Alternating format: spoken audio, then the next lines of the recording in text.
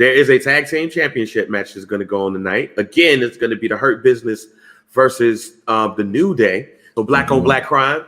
Who you got this matchup? Because this has been bubbling. There's been title matches, Raw, which the New Day has won, but like Cedric Alexander had won one of the matches a couple of weeks ago and started celebrating kind of like how Kurt Angle would celebrate when he wins a match, or kind of how like just over celebrating. And the Hurt Business was looking at Buddy as like, we won, but fuck wrong with Buddy. So will the New Day lose tonight? I think the New Day loses tonight. I think they're just officially OG status. I think they're officially greatest tag team of all time conversation status. I think they're officially Hall of Famer status as just the team themselves, even if they don't get in like individually. But I don't think that really matters like some people think it do, but it is what it is. So they're in, I think they're in to the pay it forward. I think they're into the pass the baton. I think they're into the pass the torch mode. And what they're doing now is making sure all the different black folks get over on them so they can do their thing. That's what I think. So I got Hurt Business tonight for sure.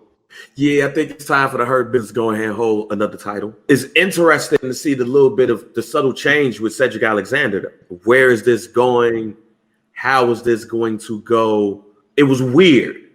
And all the other three members of the Hurt Business was like, the hell going on here? So that's interesting. I have the Hurt Business also. Moving on to Nia Jax and Shayna Baszler. They're going to be going up against Asuka and a woman to be named later. Lana, I'll say right now, I believe that Asuka will be taking home the tag team titles, but it just seems to me that all signs point to Charlotte Flair coming back tonight, which will go far to one of the things that I want to talk about a little bit later. I don't see Peyton Royce being Asuka's mystery partner. I don't see Ronda Rousey being Asuka's mystery partner. I don't see none of these people. Charlotte Flair was out. She's been out for a while, and I think they need her to come back. I think it will go farther for another version of the Asuka Charlotte Flair feud is them being tag team champions, almost like Stone Cold and Shawn Michaels when they became tag team champs. So I have Charlotte Flair coming back, and I have them winning the tag team champion. Oh wow! All right. I do agree with what you said about Charlotte. This would also make it make sense for why it was special. Well, it was highlighted that she was drafted to Raw without even being seen. However, I hate everything that's about rivals becoming tag team champions. So I'm picking Shayna Baszler and Nia Jax. Cause I hate that shit. I hate it. I don't like seeing it. There's not been one team that I have ever seen that were rivals that came to come together to be tag team champions that I liked. Maybe if this was all happening when I was like 6 through 9 years old, maybe I would like it. But I've been a grown man, or at least a forward-thinking teenager, and I don't like it.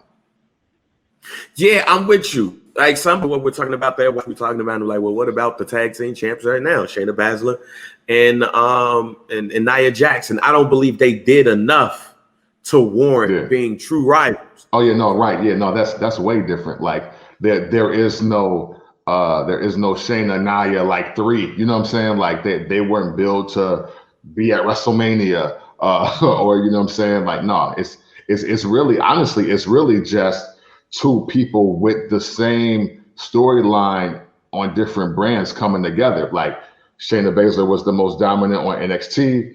They were billing Nia Jax to be the most dominant on Raw, and they kind of met in the middle since Charlotte Flair was out. So yeah, no, it's not the same thing at all to me. Moving on, we got Sasha Banks and Carmella for the Women's Championship, SmackDown Women's Championship.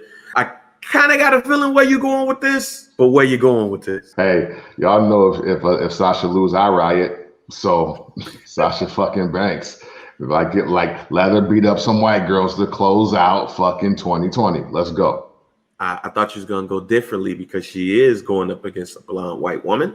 You're right, and I should, based on history, but I believe they let her be the white woman on SmackDown. So I'm guessing they are going to let this go at least to the Royal Rumble. Now, depending on the white woman she faces at the Royal Rumble, all bets are off. But I'm thinking she's going to close out at least beating 2 white women in 2020. Okay, well, man, I'm going to go with the blonde white woman here. Because when Bayley beat her, and when she beat her, she was saying how she defended the title. This just the thing here is she defended the title against Bayley. She didn't defend it against a blonde white woman. Right. True. That's the difference here. And the difference here is that. So I'm going with Carmella here. Just because fair of history, blonde white women. And Charlotte, and Sasha Banks at pay-per-views. Hey, that's the history, man. I didn't do it. Vince McMahon did it. Yeah, he definitely fucking did. So yeah, I mean, I'm just trying to give moral support for the holiday season to the woman that I believe is the best wrestler currently in the company. So, and probably top 2 in the company, male or female. The TLC Inferno match. Whoa, what? They're fighting around fire, ladies and gentlemen. It's going to be Randy Orton versus the Fiend Inferno match. This is all because Randy Orton poured the gasoline over a box that he put Bray Wyatt in and lit it on fire. He watched it, and then the Fiend popped out that bitch, and he gave him the mandible claw, which now leads to an Inferno match. I think this is an easy way for Randy Orton to get a win here because of the clothes that Bray wears as opposed to what Randy wears. So I have Randy Orton winning this Inferno match, culminating in what might have been his best year in the WWE. Some might say his rookie year, some might say other years, but I don't think Randy Orton had a better year than 2020. Who you got? See, everything you said about Randy Orton is correct, right? Undoubtedly, and I agree. But I'm unsure if the Fiend's win-loss record matters. Like, I don't know if he's the attraction that's just there to create moments, or if he's there to win and or lose. And he has an opponent that he doesn't have to put over, and also don't have to put over him. So I'm lost, man. I'm just gonna say Bray Wyatt to be different here, I guess, from you. Cause with it being a TLC Inferno match, I kind of no, you know what? I want to go no contest. That's what I want to do, because they got to make that make sense to me. Yeah, I'm going no contest. Okay. Let's go to title matches. Drew McIntyre, AJ Styles, and his big black bodyguard, Omos. AJ Styles is on his Shawn Michaels and Diesel thing, while Drew McIntyre is now the 2-time champion. I guess this is sort of like the push to WrestleMania, I guess. This is almost like his WrestleMania push starting. So I'm going to go with Drew McIntyre here. I don't see Drew McIntyre losing this match. I don't see losing the title until WrestleMania. So it's going to be a long 2-time championship reign for Drew McIntyre. But I think this is going to kick off for him the road to WrestleMania with Rumble being the next pay-per-view. Who you got? I got AJ Styles because, well, even though I missed everything last week and a half, matter of fact, because I missed like you 2 ain't episodes of SmackDown, I believe. That's what I kind of figured based on like the Instagram account. So I was like, I'll try to watch. And I tried to watch last night and fell asleep. But the reason why I am adamant on the AJ Styles piece, because it does seem like there is more billing around The Miz cashing in Money in the Bank than it is either of them being the champion.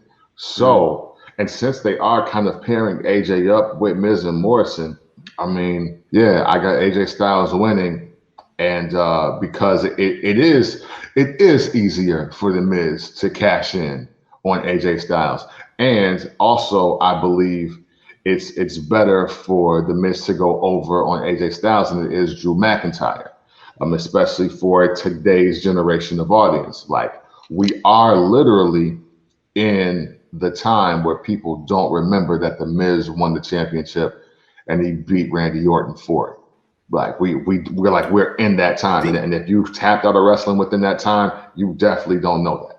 The only way I can see anything else changes is AJ loses and almost shockingly destroys Drew McIntyre.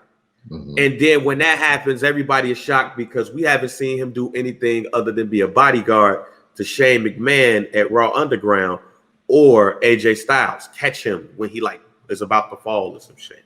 But that's the only thing I can see with then the Miz coming through and going ahead and cashing in his Money in the Bank, which leads to a match at not WrestleMania, at the Royal Rumble, which will have the Miz go up against Drew McIntyre. Which leads me to the last match. And kind of like transitioning into what we're going to talk about today. One of the things we're going to talk about today, we have Kevin Owens versus Roman Reigns for the Universal Championship. Kevin Owens is beat for the last 2.5 weeks by Roman Reigns and or Jey Uso, or both of them. He has been having some stellar talking smacks interactions with Paul Heyman, which have been interesting as well. Who do you have taking home the Universal Championship tonight? Hey, Kevin Owens is my guy, but Roman Reigns, man. Roman Reigns hasn't given me any reason why he should lose a match for the next year. Like, just keep it so real. Like, why should a guy acting like that lose a match or a title? Period. Like, he really is acting like he runs the universe. Like, never has the phrase Universal Champion made more sense than